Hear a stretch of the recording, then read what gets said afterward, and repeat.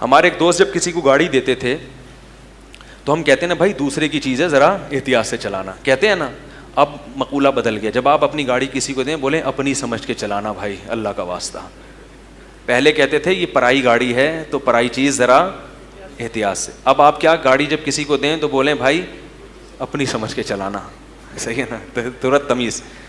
بارہا تجربہ ہے, آپ کسی کو گاڑی دے دو, بائک دے دو, کچھ نہ کچھ کام لازمی نکال کے آئے گا. جب بھی کسی کو گاڑی دو گے کہیں نہ کہیں سے بجنا, یہ آپ کا تجربہ ہے یا نہیں؟ میرا تو 99.9% تجربہ ہے.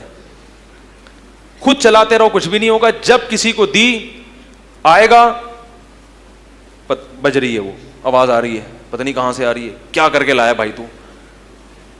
ایک دفعہ تو میری گاڑی کوئی لے گیا, ایک لے گیا پھر دوسرا لے گیا, وہ سب طرف سے بج رہی تھی نا, اب پتہ نہیں چل رہا تھا یہاں والی اس نے بجائی ہے یا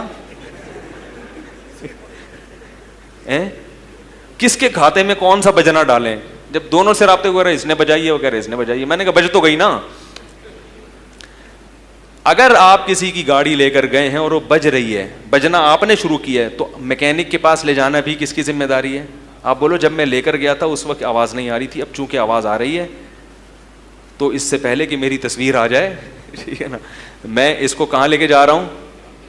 پہلے زمانے میں لوگوں میں اتنی تمیز تھی, جب کسی کی کتاب پڑھنے کے لیے لیتے تھے تو واپسی سے پہلے جل کرا کے دیتے تھے کہ یار آپ نے ہم پر احسان کیا کہ ایک کتاب ہمیں پڑھنے کے لیے دی, ٹائم پہ واپس بھی کریں گے اور ایک احسان کر دیں گے, اس کی کیا کر لی, اس کی کوٹنگ کرا دی, پلاسٹک کوٹنگ تھوڑا سا.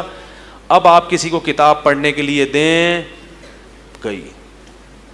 میں نے دعویٰ کیا تھا نا خلافت ملوکیت میں پرانی میں کچھ اور تھی اور نئی میں تحریف ہوئی ہے, تو لوگوں نے مجھ سے حوالہ مانگا. خلافت ملوکیت کا پرانا ایڈیشن ہماری مسجد کے امام صاحب کے پاس تھا, انہوں نے کسی کو پڑھنے کے لیے دیا, وہ لے کے شارٹ. کتابیں آپ کسی کو امانت دو واپس نہیں کرے گا, پیسے دے گو تو پھر بھول جائے گا آپ کون ہیں. لینے سے پہلے ایسا لگے گا جیسے اس سے زیادہ محتاج دنیا میں کوئی ہے ہی, لچڑ پنے پہ آ جائے گا ہائے ہوئے, اور جب دینے کی باری آئے گی تو سوال ہی پیدا نہیں ہوتا, سوال ہی پیدا نہیں ہوتا. یہ سب آداب ہیں جو کس نے سکھائے ہیں. میں کوئی بہت نیک آدمی نہیں ہوں, لیکن ایک چھوٹا سا واقعہ سناتا ہوں جس سے مجھے خود حیرانگی ہوئی. مجھے گھر میں کارپیٹ دھلوانا, وہ جو کمبل دھلوانا تھا, کارپیٹ یا کمبل مجھے یاد نہیں, تو میں ایک جو ڈرائی کلینر ہوتا ہے اس کے پاس چلا گیا, ادھر ہی محلے میں رہتا ہے. اس کو میں نے جا کے بتایا کہ بھائی آپ کل وہ اٹھوا لیں گھر سے, کارپیٹ یا کمبل وغیرہ اٹھوا لیں آپ. اس نے کہا ٹھیک ہے, کل میرے مزدور آئیں گے صبح, وہ کارپیٹ اٹھا کے لے جائیں گے. اگلے دن صبح صبح ہمارا ارادہ بدل گیا اس سے دھلوانے کا.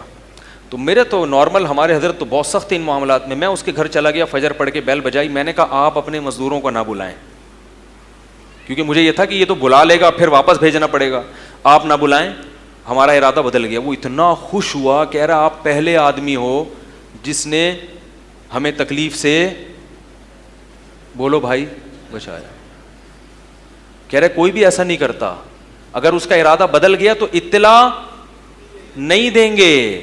ارادہ بدل گیا تو بدل گیا بھائی, وہ جب آئے گا تو بتا دیں گے ہمارا ادارہ, وہ مزدور منہ اپنا واپس لے کے جا رہے ہوں گے.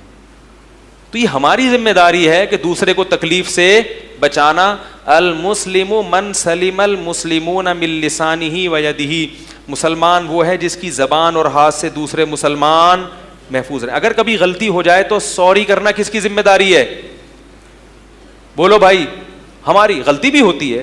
میں نے آج مغرب میں کسی کو ٹائم دیا تھا, میں بھول گیا, وہ آئے مغرب سے پہلے ملے, یاد بھی دلایا, میں نے کہا بیٹھیں, بٹھایا, پھر میں فرض پڑھ کے چلا گیا.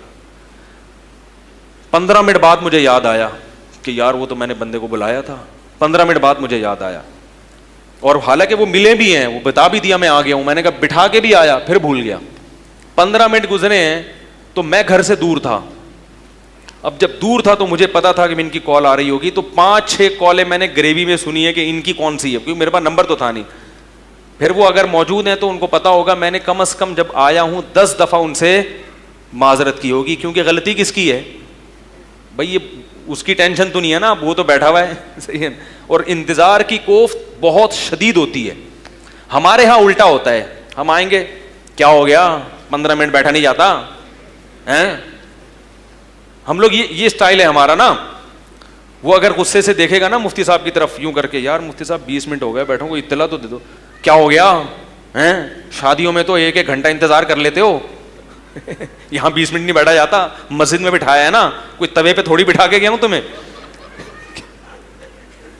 کوئی توے پہ بٹھا دیا, کیا خیال ہے بھائی, بھائی کوئی تندور میں بٹھا کے آ رہا ہوں تمہیں میں.